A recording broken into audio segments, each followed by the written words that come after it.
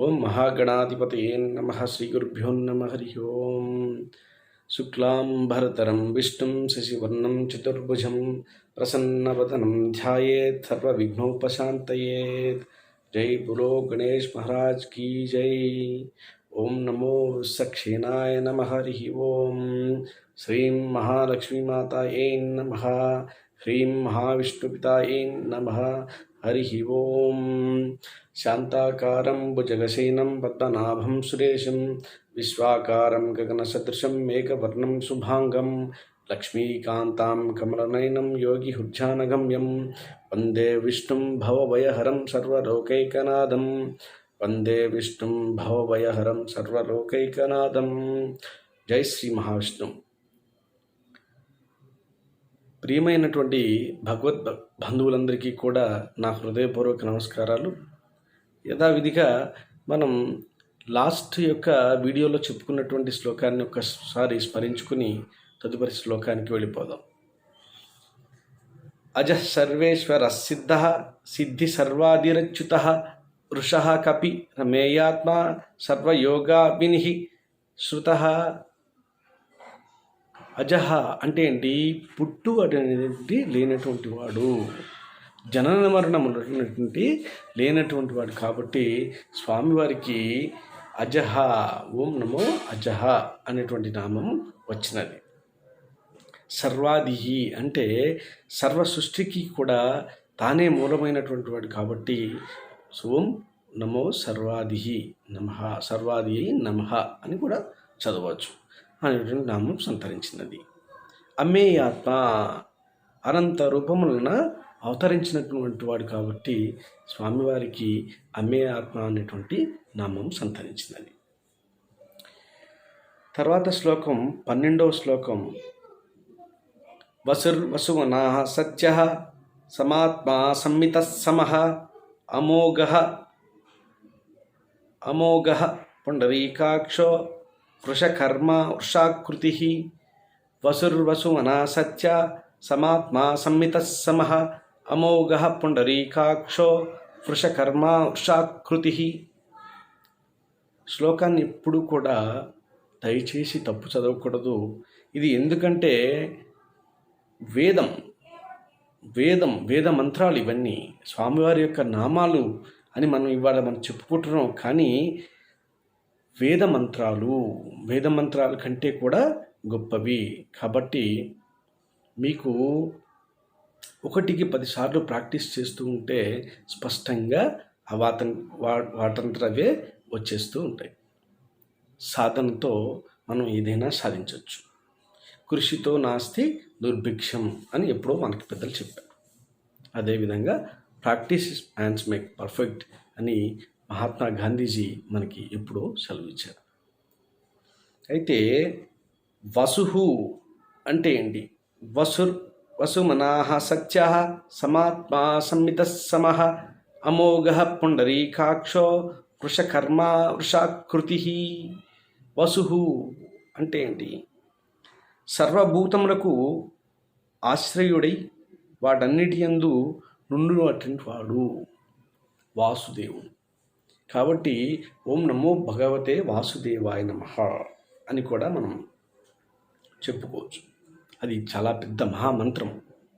నారాయణ మంత్రానితో పాటు సమానమైనటువంటి శక్తులు కలిగినటువంటిది ఓం నమో భగవతే వాసుదేవాయ, ఓం నమో నారాయణాయ, ఓం నమ శివాయ, ఓం నమో లక్ష్మీనారాయణాయ.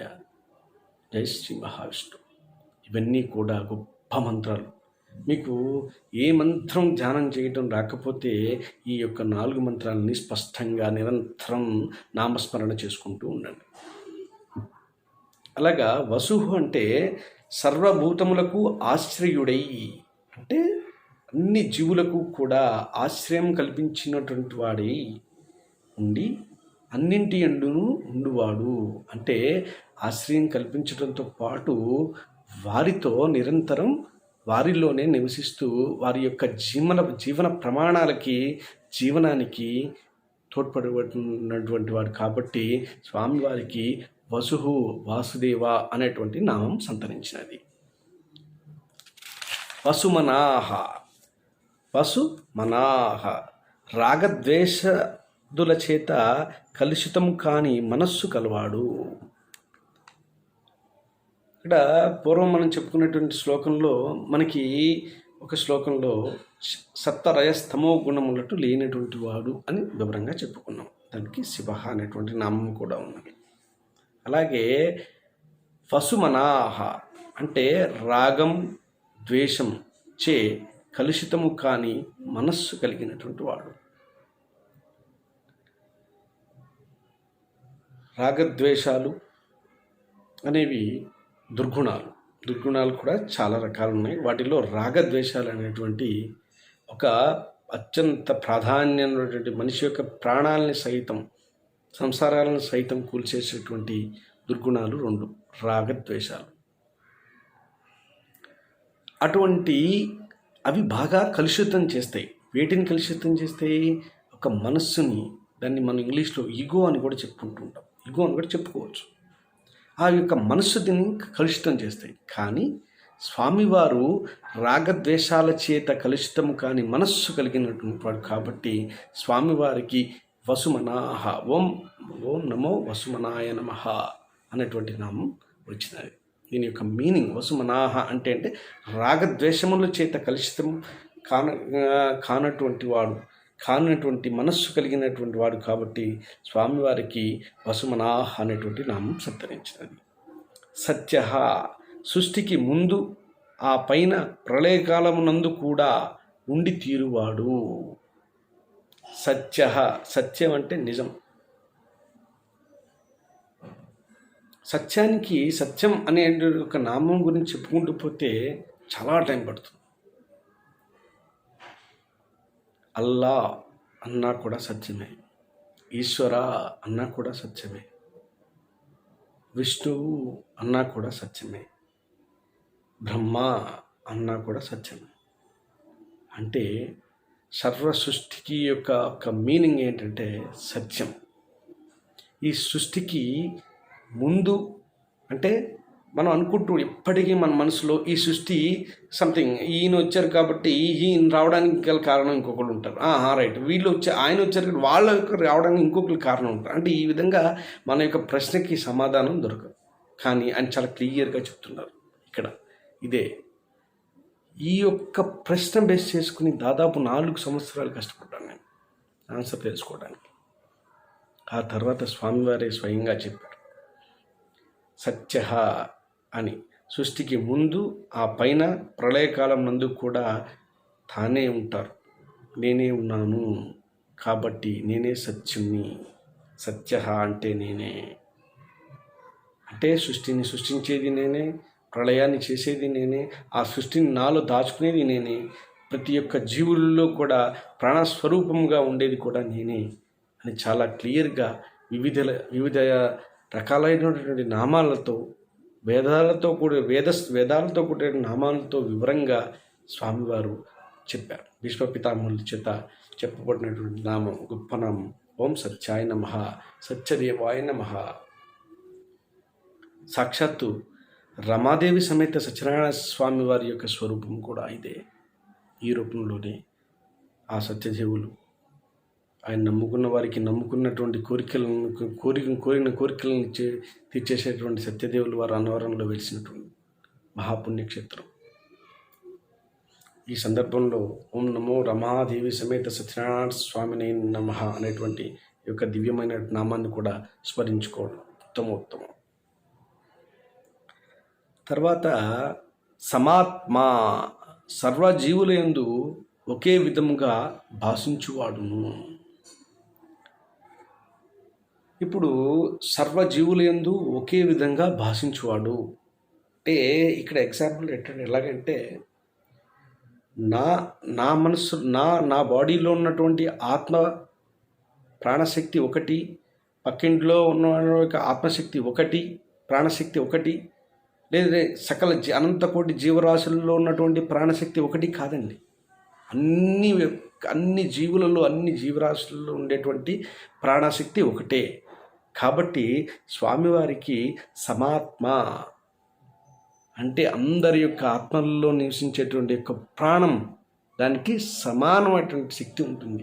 కాబట్టి స్వామివారికి సమాత్మ అనేటువంటి ఒక దివ్యనామం వచ్చిందండి.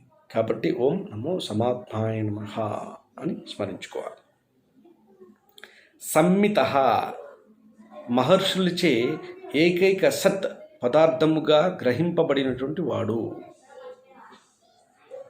మహర్షులచే ఏకైక సత్ పదార్థముగా గ్రహింపబడిన వాడును. మహర్షులు కూడా సత్ అంటే సత్యం. అంటే మహర్షులు కూడా లాస్ట్ అండ్ ఫైనల్గా తెలుసుకున్నది ఏంటంటే సప్త మహర్షులు, తర్వాత అనేక మహర్షులు కూడా తెలుసుకున్నది ఏంటంటే సత్ అనేది సత్యం. అంటే ఏంటి? ప్రళయకాలంకు ముందు, ప్రళయకాలం తర్వాత కూడా ఉన్నటువంటి ఏకైక శక్తి ఏదైతే ఉందో అది సాక్షాత్తు శ్రీ మహావిష్ణువు మాత్రమే అని వారు ఒక నిర్ధారణకు వచ్చేసారు. కాబట్టి వారికి ఆ శ్రీ మహావిష్ణువు యొక్క దర్శనం కోసమే వారు నిరంతరం ధ్యానం చేస్తూ ఉంటారు. ఆయన స్వరూపాన్ని చూడటానికి, ఆయన సందర్శించుకోవడానికి, ఆయనలో కలిసిపోవడానికి. వారు చేసే తపస్సులో కానీ, వారు చేసేటువంటి ధ్యానంలో కానీ మనం చేసేది ఇంత కూడా కానే కాదు. మనదంతా కమర్షియల్. మనకి ఈ కోరిక నెరవేరాలి కాబట్టి మనం చేస్తాం. వాళ్ళకి ఏ కోరికలు లేవు, ఏ భవబంధాలు లేవు. వాళ్ళ జీవితాలను త్యాగం చేసేసారు స్వామివారి కోసం. అయినా సరే అగ్ని పరీక్షలు పెడుతూనే ఉంటారు ఆయన. స్వామి ఇంత తేలిగ్గా లొంగే మనిషి కాదు. అట్లా అని చెప్పేసి తన భక్తులను వదులుకునే మనిషి కూడా కాదు. అంటే దేవుడు కూడా కాదు. అంటే దేవుడు అంటే ఇన్ ద సెన్స్, సరే నా భక్తుడు కష్టాల్లో ఉన్నాడు కదా అని చెప్పేసి నిర్లక్ష్యంగా వదిలేసేటువంటి దేవుడు కూడా, దైవం కూడా కాదు. తను రక్షిస్తూనే ఉంటారు, నిన్ను పరీక్ష పెడుతూనే ఉంటారు. ఎందుకంటే నీకు అద్భుతమైనటువంటి ఫలితాలని, బాధ్యతలని ఇవ్వాలి కాబట్టి ఆ విధంగా నేను తయారు చేస్తూ ఉంటాను. ఏ విధంగా తయారు చేస్తారనేది ఒక 2 minutes మనం చెప్పుకుందాం. ఆ విధంగా సంమిత అంటే మహర్షులచే ఏకైక సత్ పదార్థముగా గ్రహింపబడినటువంటి వాడు కాబట్టి స్వామివారికి సంమిత అనేటువంటి నామం సంతరించింది. సమహ ఎల్లప్పుడూ ఏ విధమైన వికారములు లేక యుండువాడును. అంటే ఎప్పుడు కూడా స్వామివారిని నువ్వు పూజ చేసినా, చెయ్యకపోయినా, లేదంటే తిట్టినా, పొగిడినా, లేదంటే నువ్వు ద్వేషించినా, ప్రేమించినా కూడా ఎటువంటి వికారం, అంటే ఫర్ ఎగ్జాంపుల్ సమ్టైమ్స్ స్వామివారికి ఎంత చేసినా సరే, ఎన్ని చేసినా, ఎన్ని సంవత్సరాలు పూజ చేసినా సరే నా ఎందుకు దయ చూపుతలేదు, ఇదేం స్వామి అండి, ఇది ఎక్కడ స్వామి అండి, ఇలాగా ఇది అయినా సరే, అరే నువ్వు నన్ను తిట్టావు కదా కాబట్టి రైట్ ఈ సంగతి చెప్తా. అలాంటి వికార స్వభావాలు ఏమీ ఉండనటువంటి ఏకైక దైవం ఎవరైతే ఉన్నారో ఆయన సాక్షాత్తు శ్రీ మహావిష్ణువు ఒక్కడే.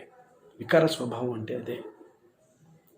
ఎదుర్కొన్నటువంటి భక్తులలో ఉన్నటువంటి వికారాన్ని కూడా, వికారమైన ఆలోచనలు వాళ్ళు బయట కక్కినప్పుడు కూడా దాన్ని ప్రేమగానే స్వీకరిస్తారు. పాపం తెలియక బాధలో ఉన్నాడులే, అంతటి గొప్ప మనస్సు కలిగిన వాడు, దయార్థ హృదయుడు, ఆర్తత్రాణ పారాయణుడు ఆ శ్రీ మహావిష్ణువు. కాబట్టి స్వామివారికి సమహ ఎల్లప్పుడూ ఏ విధమైనటువంటి వికారములు లేనటువంటి వాడు కాబట్టి సమహ అనేటువంటి నామం సంతరించినది. అమోఘ వ్యర్థము కాని సంకల్పము కలవాడు. వ్యర్థము కాని సంకల్పము కలవాడు. ఆయన ఏది సంకల్పించుకున్నా సరే అది వ్యర్థం కాదు. ఈ సందర్భంలో ఒక చిన్న మహాభారత యుద్ధ సంగ్రామంలో, మహాభాగవతంలో ఒక చిన్న సన్నివేశం మీకు వివరంగా చెప్తాను.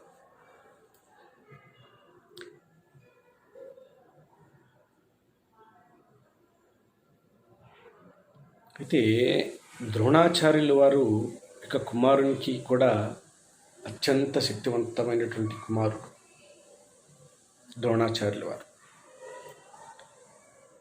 అయితే తన కుమారుడికి బాగా రాగద్వేషాలు ఎక్కువ ఉంటాయి, ఆవేశం ఎక్కువ ఉంటుంది. అది ద్రోణాచార్యుల వారికి ఇష్టం ఉండదు. భరద్వాజుని యొక్క కుమారుడు స్వామి ద్రోణాచార్యుల వారు. ఈ ద్రోణాచార్యుల యొక్క గురువు ఒక గురువు దగ్గర పరశురాములు వారు స్వామి ద్రోణాచార్యుల యొక్క గురువు గారు. అయితే ఒక కడు పేద బ్రాహ్మణుడు ద్రోణాచార్యులు. పరశురాములు వారు తను యొక్క రాజ్యాన్ని, సకల అష్ట ఐశ్వర్యాలని కూడా త్యాగం చేసి, త్యజించి, దాన ధర్మాలు చేసి, ఇక అవతారాన్ని చాలించడం కొరకో లేదంటే తన యొక్క మిగిలినటువంటి అవతారాన్ని ఆ యోగంలోకి వెళ్ళిపోవడం కోసం బయలుదేరుతూ. అప్పుడు ఈ ద్రోణాచార్యులు, ద్రుపదుడు కూడా ఇద్దరు కలిసి నేర్చుకుంటారు.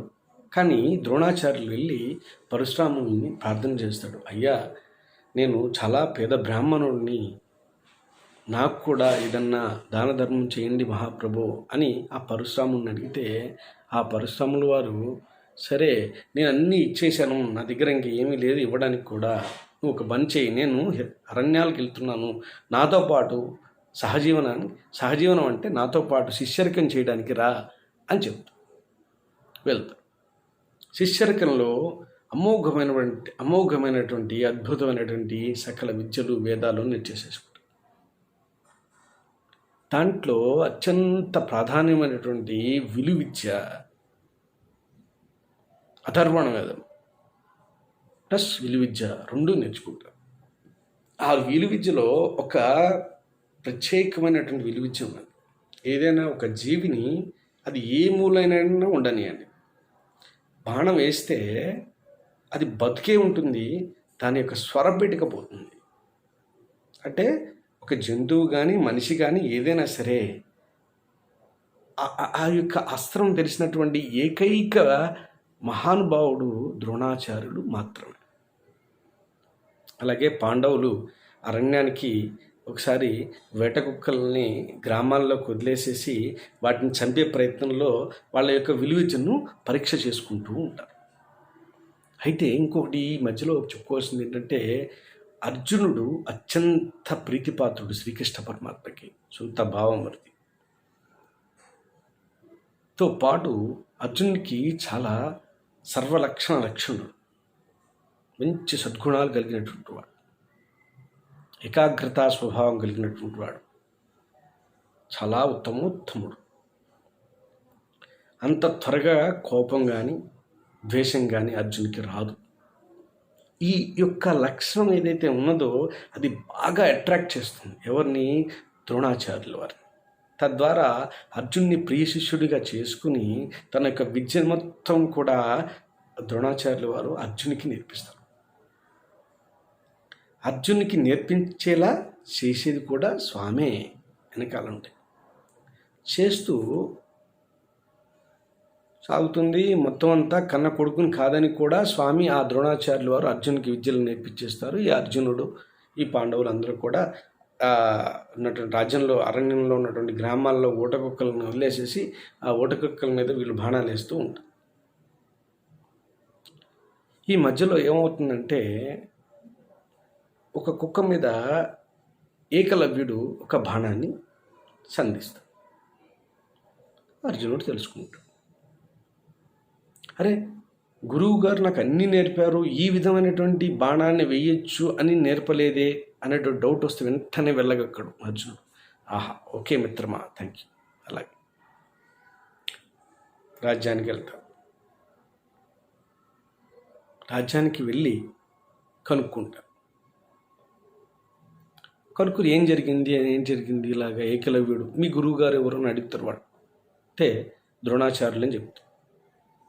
ఓకే, అలాగే ద్రోణాచార్యుల వారి దగ్గరికి వెళ్ళి నిదానంగా, స్వామి మీరు నాకు మాట ఇచ్చారు ఈ సృష్టిలోని నా అంతటి విద్యాకారుని లేకుండా చేస్తానని, కానీ నాకంటే గొప్ప విద్యాకారుడు ఒక ఆయన ఉన్నారు, మరి ఆయన సంగతి ఏంటి? సరే పద, నాకు తెలీదు ఆ యొక్క శిష్యుడు ఎవరో, నా దగ్గర ఏ శిష్యుడు ఎవరో శిష్యరికం చేయలేదు, సరే వెళ్దాం పద అని చెప్పేసి అందరూ కలిసి వెళ్తారు. ఒక పరమ నీచ నికృష్టమైనటువంటి రాజు యొక్క మనవడు ఏకలవ్యుడు. ఉత్తమోత్తముడు, మహానుభావుడు, సద్బుద్ధి కలిగినటువంటి వాడు, బాగా ఏకాగ్రత కలిగినటువంటి వాడు. పువ్వు పుట్టగానే పరిమళిస్తుంది అని చెప్పడానికి ఉదాహరణ ఏకలవ్యుడు. పరమజ్ఞాని, మహానుభావుడు, మేధాశక్తి, మహామేధావి, చాలా ఐక్యూ పవర్, ఇంటెలిజెన్సీ పవర్ బాగా ఉన్నటువంటి వాడు. తన యొక్క ఆత్మ ద్రోణాచార్యులే చెప్తున్న విధంగా భావించి సకల విద్యలను నేర్చుకున్నటువంటి ఏకైక మహానుభావుడు ఏకలవ్యుడు. కానీ ఇక్కడ శ్రీకృష్ణ పరమాత్మ ఏ విధమైనటువంటి మేధాశక్తిని ఉపయోగించారంటే, అంతా వెనకాల ఉండి నడిపించేది మన స్వామే. సరే, నువ్వు నా శిష్యుడు అంటున్నావు కదా, నా కోరిక నాకు వరమి, నా గురుదక్షిణ ఇమ్మని అడగంగానే బట్టను వెళ్ళి తీసేస్తాడు. ఎందుకు తీసేస్తారంటే, ఏకలవ్యుడి మీద కోపం చేత కానీ, ఏకలవ్యుడు పైకి వచ్చేస్తాడో సృష్టిలో అతని చరిత్ర నిలిచిపోతుందో కాదు అనేటువంటి భయంతో కానీ ఆందోళనతో కానీ కాదు. ఏకలవ్యుడు ఒక చిన్న తప్పు చేస్తాడు. తన అతి రాక్షసుడైనటువంటి తండ్రికి తాతకి మాటిస్తాడు. ఏమని? ఎల్లవేళలా నేను మీ తరపే యుద్ధం చేస్తాను అని. వాళ్ళు రాక్షసులు, వాళ్ళు యుద్ధం చేస్తే దైవశక్తి, దైవజ్ఞులు అందరూ కూడా ఓడిపోతారు, ధర్మం నిలబడదు. కాబట్టి ఏకలవ్యుడు తన యొక్క శక్తిని కోల్పోవడం, ప్రాణాన్ని తీయలేదు, శక్తిని కోల్పోవడమే కరెక్ట్ అని, అర్జున ఈ విధంగా కోరుకో అని స్వామివారు చెప్పి ఊరుకుంటారు అంతే. తద్వారా అయిపోతుంది. అయితే కర్ణుడికి కూడా మహా విలువిద్యాకారి, దాన వీర శూర కర్ణుడిని మించినటువంటి దానగుణం అటువంటి వ్యక్తి కానీ, అటు మహానుభావుడు కానీ, మహాచక్రవర్తి కానీ, మహారాజు కానీ ఈ భూప్రపంచంలో లేరనే చెప్పవచ్చు. నిజంగానే కర్ణుడు కుండలాలతో పుట్టినటువంటి వాడు. పుట్టుకతోనే స్వయంగా సొంత పాండవులకు అన్నయ్య అయినా చెప్పుకునే యోగం లేనటువంటి వాడు. సరే, అది పక్కగా పెడితే, దుర్మార్గులతో చేరడం వల్ల కర్ణుడికి మరణం సంభవించింది. కానీ అదే సన్మార్గులతో ఉండుంటే కర్ణుడికి కూడా ఈ మంచి పేరు ప్రఖ్యాతులు వచ్చాయి. అయినా సరే వచ్చాయి.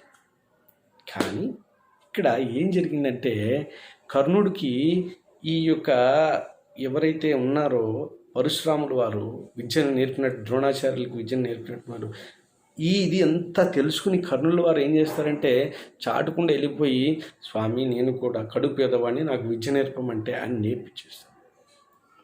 చివరికి తెలుసుకుంటారు, ఓకే కర్ణుడు బ్రాహ్మణుడు కాదు, క్షత్రియుడు అని. అప్పుడు శపిస్తారు, నీకు ఏది కూడా ఫలించదు.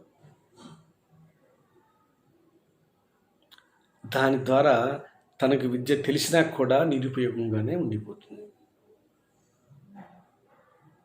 ఆ విధంగా ఈ భాగవతంలో జరిగినటువంటి మాయ సిస్టమ్ ఏదైనా కూడా ఉండి వెనకాల ఉండి నడిపించినటువంటి మహానుభావుడు, సర్వశక్తి సంపన్నుడు, శ్రీమన్నారాయణుడు అయినటువంటి ఆ శ్రీకృష్ణుడే. ఇక్కడ శ్రీకృష్ణుడి గురించి ఇంకొక స్టోరీ చెప్పుకోం. ఏంటంటే, బలరాములు కృష్ణులు మధుర నుంచి తన యొక్క రాజ్యాన్ని ద్వారకకి మార్చే ప్రయత్నంలో బలరాముడు అంటాడు, అన్న శ్రీకృష్ణుల వారి యొక్క అన్న ఏమని, అన్న ఎందుకు నీ దగ్గర సుదర్శన చక్రం ఉంది కదా, వేసి అందరినీ చంపిపడి చాలా దరిద్రం వెళ్ళిపోతుంది. అన్నగారు, దాంతో సమస్య పరిష్కారం కాదు. మిమ్మల్ని కూడా రక్షించుకోవడం నా బాధ్యత. మీకు ఉండొచ్చు, మీరు రాజుగా మీకు యుద్ధ ప్రకంపనలు మీ బాడీలో ఉండొచ్చు, యుద్ధం చేద్దామనే కోరిక మీలో ఉండొచ్చు. కానీ ప్రజల యొక్క సంక్షేమం శాశ్వతంగా కావాలి కాబట్టి ఈ యొక్క మధుర నుంచి ద్వారకకి రాజ్యాన్ని మార్చడం ఉత్తమం అని చెప్పి ఆ రాక్షసులను ఓడించి ఈ యొక్క ఈ మధుర నుంచి తన యొక్క మొత్తం రాజ్యాన్ని కూడా తీసుకువెళ్ళి ద్వారకలో నిర్మిస్తాడు. అంటే ఇక్కడ నేను చెప్పదలుచుకున్నది ఏంటంటే మనిషికి జీవులందరికీ కాదండి, మనిషికి భగవంతుడు చాలా అపారమైనటువంటి జ్ఞానాన్ని ఇచ్చాడు. దాన్ని మనం దుర్వినియోగం చేసుకుంటున్నాం. ఏ విధంగా? నెగిటివ్ ఫీలింగ్స్, అది జరగదు, ఇది అసాధ్యం, ఇది చెయ్యలేము, ఇది రాదు, ఇది కాదు, నిరాశ నిస్పృహలతోనే అనేటువంటి భావాలు మనల్ని ఎప్పుడు కృషించి వేసి మన సెల్ఫ్ క్రిటిసైజ్ చేసుకుంటూ ఉంటే ఎప్పుడు నీ బ్రెయిన్ నీకు యొక్క మేధాశక్తి ఉపయోగపడుతుంది? దాన్ని పాజిటివ్గా ప్రతి ఇష్యూను కూడా పాజిటివ్గా చేసుకుంటూ నీ వైపు మళ్ళించుకున్న రోజున డెఫినెట్గా సక్సెస్ఫుల్ పర్సన్ అవుతావు. దాంట్లో సందేహం అక్కర్లేదు. తన యొక్క అపారమైన మేధస్సును ఉపయోగించే పాండవుల చేత ఆ మహాభారత యుద్ధ సంగ్రామాన్ని గెలిపించారు. కౌరవుల దగ్గర అతీతమైన శక్తులు ఉన్నాయి. ద్రోణాచార్యులు వారు ఉన్నారు, భీష్మాచార్యులు వారు ఉన్నారు, అశ్వత్థామ ఉన్నాడు, కర్ణుడు ఉన్నాడు,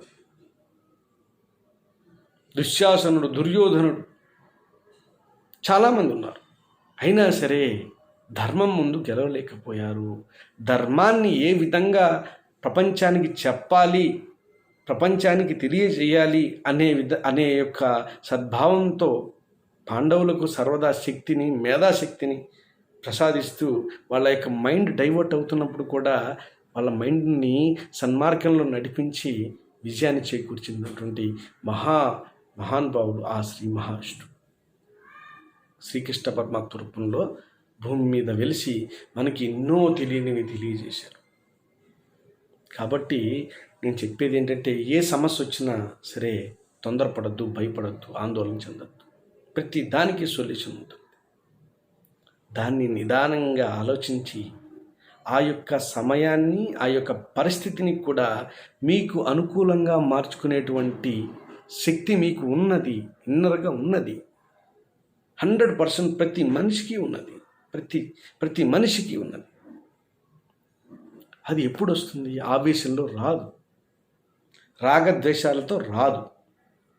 కాబట్టి పంచేంద్రియాల ద్వారానే వస్తుంది. ఆ పంచేంద్రియ నిగ్రహణ చేయడం మన వల్ల కాదు. కాబట్టి నామస్మరణ ద్వారా మన యొక్క బ్రెయిన్ని మనం షార్ప్ చేసుకునేటువంటి శక్తిని మనకి ప్రసాదించడం. అందుకే నేను మీకు ఎన్నోసార్లు చెప్తున్నాను, నామస్మరణ చేయండి, నామస్మరణ చేయండి. నామస్మరణే దిక్కు. ఓం నమో లక్ష్మీనారాయణాయ నమః. ఏమి రాకపోతే అది వస్తే ఇది మొత్తం జన్మ చరితార్థం అయిపోతుంది. 100% ఈ జన్మలోనే మీ కోరికలన్నీ కూడా తీరుస్తారు. దాంట్లో సందేహం లేదు. రాసిపెట్టుకోండి. కాలస్వరూపుడు కాబట్టి కాలాన్ని వెనక్కి ముందుకు కూడా తీసుకెళ్ళగలుగుతాం. నేను ముసలిని అయిపోయాను, నాకు 70 ఏళ్ళు వచ్చేసినాయి, ఇప్పుడు స్వామి గారిని ఇస్తే రైట్. నేను ఆ ముసలి వయసులో కూడా నీ యొక్క పాత కోరికలన్నీ కూడా తీర్చే అవకాశాన్ని కల్పిస్తాను. That's a matter. నమ్మకం. నువ్వు నమ్మినా నమ్మపోయినా స్వామివారు అయితే ఉన్నారు. పంచభూతాలు ప్రత్యక్ష సాక్షులు, అంటే సందేహమే లేదు. ఇక ప్రళయకాల సాక్షులు 7 ఉన్నారు. ఆంజనేయుడు, భక్త మార్కండేయుడు, ధ్రువుడు, ఇక మిగతా వాళ్ళందరూ కూడా ఉన్నారు. వటపత్ర సాయి అవతారంలో స్వామివారు దాదాపు 6000 సంవత్సరాలు వర్షాన్ని, 6000 సంవత్సరాలు అగ్ని, 6000 సంవత్సరాలు వాయువుని కూడా ఈ యొక్క అనంత కోటి విశ్వంలో ప్రవేశింపచేసి స్మాష్ చేసి మిగతా తీసుకొచ్చి తన నాభిలో పెట్టుకుంటారు. అది ప్రళయం ఆ విధంగా జరుగుతుంది. అది యొక్క ఉపనిషత్తుల్లో, వేదాల్లో చెప్పారు, పురాణాల్లో. అది దాని గురించి తర్వాత మాట్లాడుకుంటాం సమయం వచ్చినప్పుడు. అలాగా ఇక్కడ సమహ అంటే ఎల్లప్పుడూ ఏ విధమైనటువంటి వికారము లేనటువంటి వాడు, అమోఘ అంటే వ్యర్థము కాని సంకల్పము కలవాడు అనడానికి ఉదాహరణ. తన యొక్క సంకల్పం ఏమిటి? పాండవుల్ని గెలిపించాలి, ధర్మాన్ని భూమి మీద స్థాపించాలి. దానికి ఏ విధంగా చెయ్యాలి, ఎక్కడ ఎలా చెయ్యాలి, ప్రతిదీ స్వామివారికి తెలుసు. ప్రత్యక్ష సాక్షి అని ముందు మంత్రాల్లో కూడా చెప్తున్నాం. సర్వదా అన్ని సర్వవేళ సర్వకాల సర్వావస్థలందు అన్నిటినీ ప్రత్యక్షంగా చూడగలిగినవాడు మహావిష్ణువు ఒక్కడే. ఆ విధంగానే కర్ణుడు ఏం చేస్తున్నాడు, ఎవరి దగ్గరికి వెళ్ళాడు, ద్రోణాచార్యులు వారు ఏం చేస్తున్నారు, ఎక్కడికి వెళ్ళారు, ఏంటి, అన్ని కథలు అన్నీ తెలుసు కదా. Past tense, present tense, future tense, మొత్తం 3 టెన్సులు తెలిసిన వారు ఆయన. 3x4 12 టెన్సులు కూడా ఆయన తెలుసు. ఆయన ముందు మన కుప్పు గంతులు వేయకూడదు. శిరస్సుల వంచి శరణాగతి, పాదాలకు శరణాగతి చేయడం తప్ప మనం ఈ కలియుగంలో కానీ ఏ యుగంలో కానీ ఎప్పుడైనా సరే మనం చేయగలిగింది తప్ప ఏమీ లేదు, ఏమి చెయ్యొద్దు కూడా. అది నా సలహా. ఏం చేయాలి? నామస్మరణ చేస్తూ సర్వం నీవే ప్రభు సరదా రక్ష రక్ష జనార్దన, అంతే మనం చేయగలిగింది అది ఒక్కటే. తర్వాత పుండరీకాక్ష, దీనికి చాలా అర్థాలు ఉన్నాయి, చాలా కథలు కూడా ఉన్నాయి. పుండరీకుడు, పుండరీకాక్షుడు, పాండురంగుడు అన్నీ కూడా ఈ నామం ద్వారానే వివిధ అవతారాలు కూడా స్వామివారు చేశారు. అయితే ఇక్కడ విష్ణు సహస్రంలో వేదంలో చెప్పేటటువంటి నామం యొక్క అర్థం ఏమిటంటే భక్తులకు హృదయ పద్మమున దర్శనీయమగువాడును. భక్తులకు హృదయ పద్మమున దర్శనమీయుడగువాడును. భక్తులకు హృదయాల్లో దర్శనం ఇస్తారండి.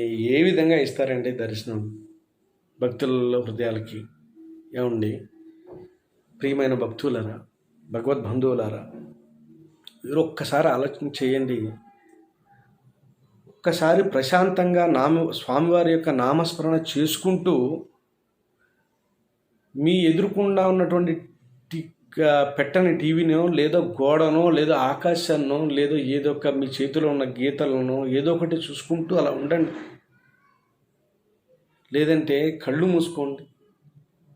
కళ్ళు మూసుకున్నప్పుడు మీకు రకరకాల రూపాలు కనిపిస్తూనే ఉంటాయి. ఇప్పుడు నేను కళ్ళు మూసుకున్నా కనిపిస్తుంటే నాకైతే సర్వదా శ్రీమన్నారాయణ శ్రీ మహావిష్ణువే కనిపిస్తాయి. ఎందుకంటే నేను మీకు ఈ ప్రవచనాలు చెప్తూ ఉన్నా సరే నా మనసు మాత్రం శ్రీ మహావిష్ణు శ్రీ మహావిష్ణు శ్రీ మహావిష్ణు, ఓం నమో శ్రీ మహావిష్ణు, ఓం నమో నారాయణాయ అంటూనే ఉంటుంది. కాబట్టి కావచ్చు నాకు అలా కనిపిస్తూ ఉంటారు.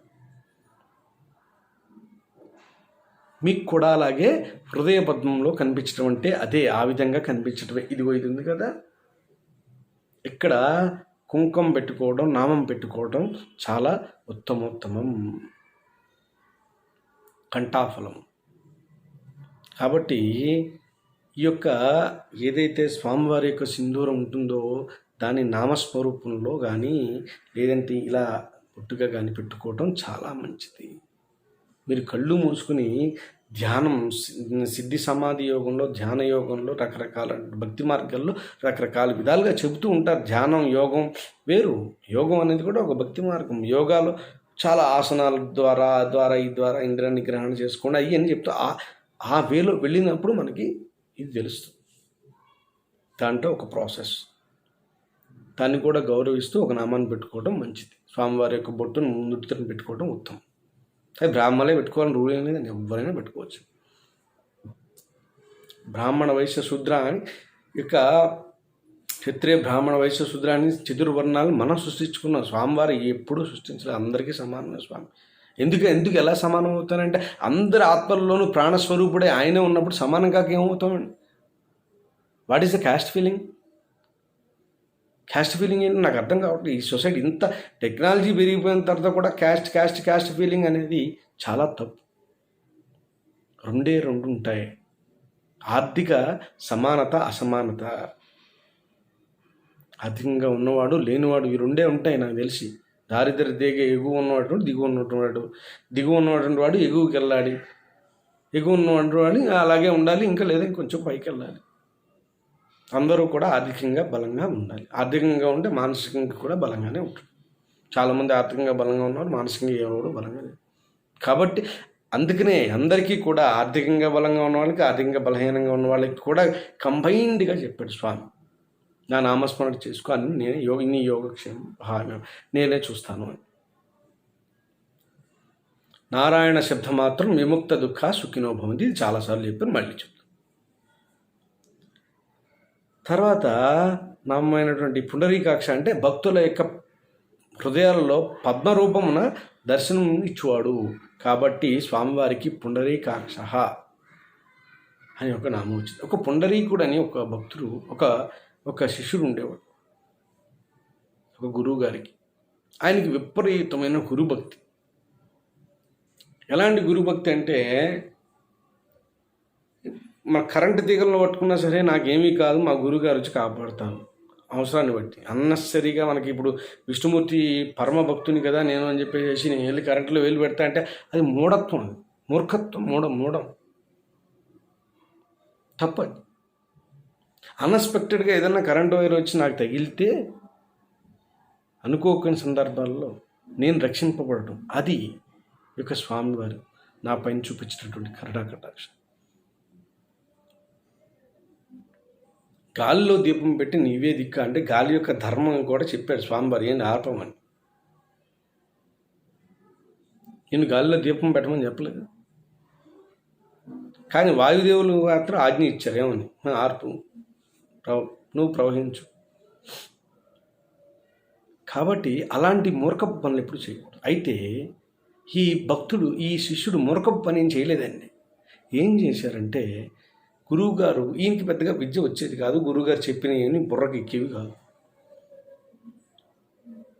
ఆయన పేరు పుండరీకుడు.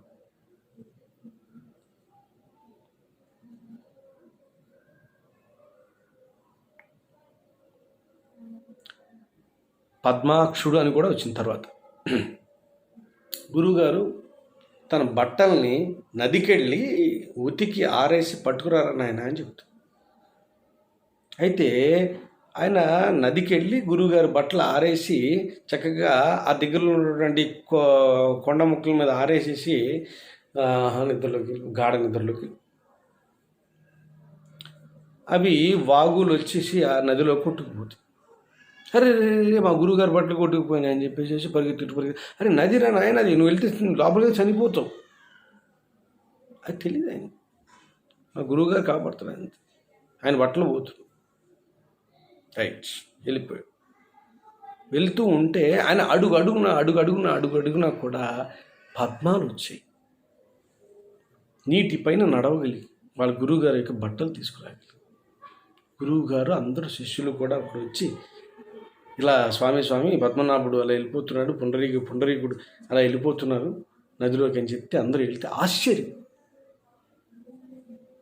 అక్కడికి ఆ గురువు గారు కూడా భక్తి, స్వామివారు భక్తి రూపంలో ఉన్నారు కాబట్టి నవవిధమైనటువంటి భక్తి మార్గాలు నేర్పించారు.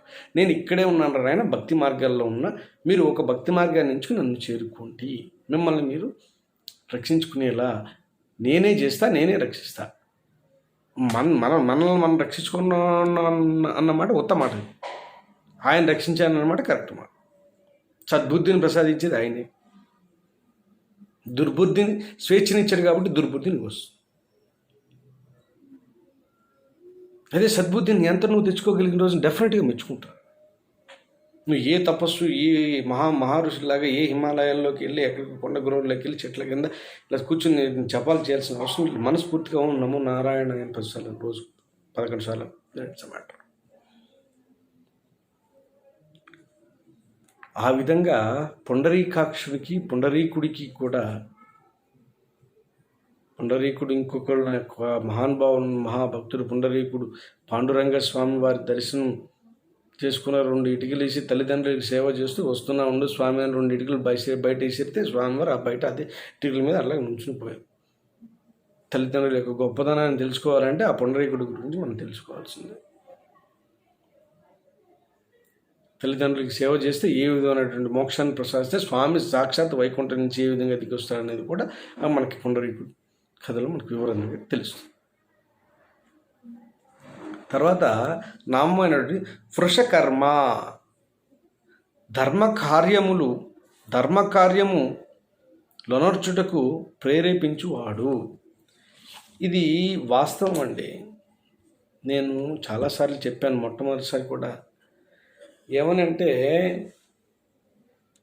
నీకు నారాయణ మంత్రం చెయ్యాలి అంటే కూడా స్వామివారి అనుగ్రహం ఉండాల్సిందే. అంతేకాక ప్రత్యేకంగా ఈ నామం యొక్క అర్థం ఏంటంటే ధర్మ కార్యక్రమాలను చేయడానికి ప్రేరణ చేస్తారు మనసులోకి. ఈ దానం చెయ్యి, ఈ గుడి కట్టు, ఈ పుణ్య కార్యక్రమం చెయ్యి, ఈ నారాయణ సేవ చెయ్యి, ఈ అన్నదానం చెయ్యి, ఈ వస్త్రదానం చెయ్యి, విద్యాదానం చెయ్యి, బ్రాహ్మణులకు కాస్త దాన ధర్మాలు చేసి వాళ్ళని ఆదుకో, గోదానం చెయ్యి, భూదానం చెయ్యి, స్వర్ణదానం చెయ్యి.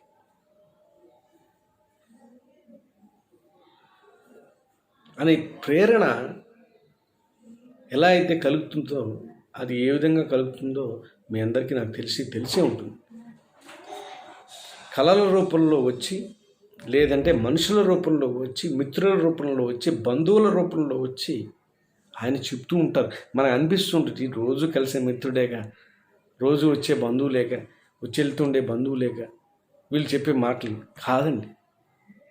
వాళ్ళు చెప్పే మాటలు, వాళ్ళు చేసే ప్రేరణలు వాళ్ళు చేయట్లా, స్వామివారు వాళ్ళల్లో చేరి చేయిస్తున్నారు. మీకు ఒక నగ్న సత్యాన్ని చెప్తానండి. సర్వ పరిపాలకుడు, సృష్టి పరిపాలకుడు సాక్షాత్తు శ్రీ మహావిష్ణువే. కాబట్టి సీఎం అవ్వాలన్నా, పిఎం అవ్వాలన్నా, రాష్ట్రపతి అవ్వాలన్నా, ఏ అధికారి అవ్వాలన్నా సరే ఆయన ఆజ్ఞ కావాలి. సాక్షాత్తు ఆయనే వాళ్ళ శరీరాల్లోకి పరకాయ ప్రవేశం చేసి పరిపాలన చేస్తారు. Dear friends, please listen carefully.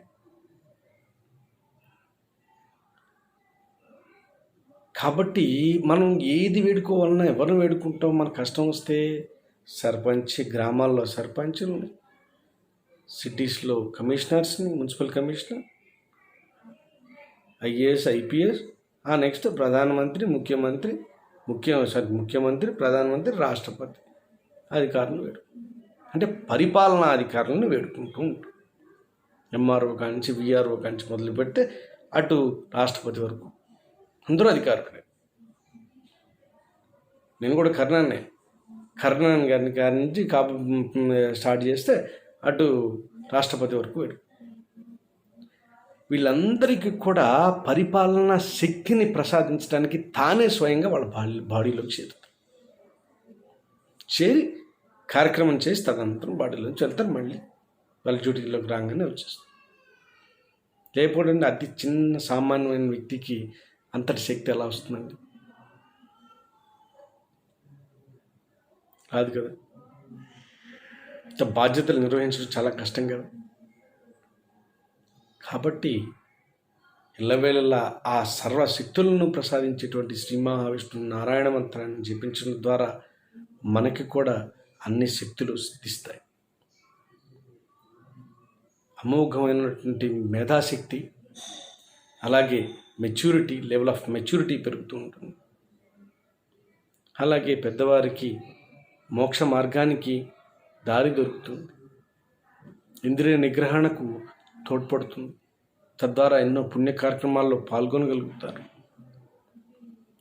మీ యొక్క ఆత్మ సాక్షాత్తు శ్రీ మహావిష్ణువుని చేరుకుంటుంది. తర్వాత నామైనటువంటి వృషాకృతి ధర్మస్వరూపుడును. ఏ పని చేసినా ధర్మంగానే చేస్తారు. అది ధర్మం. కర్ణుని చంపడం ధర్మం, భీష్ముడిని చంపడం ధర్మం, దుశ్శాసనను చంపడం ధర్మం, అశ్వత్థాముణ్ణి చంపడం ధర్మం, అశ్వత్థామ యొక్క తండ్రిని చంపడం ధర్మం. అర్జునుడు ఒకసారి నేను చంపను, నా పెద్దనాన్నని, నా అన్నయ్యల్ని, నా బాబాయిల్ని నేను చంపింది చాలు, ఇక నేను చంపను ప్రభు, చాలు, ఈ మరణాలను నేను చేయలేను, నేను చంపనట్టు. అర్జున,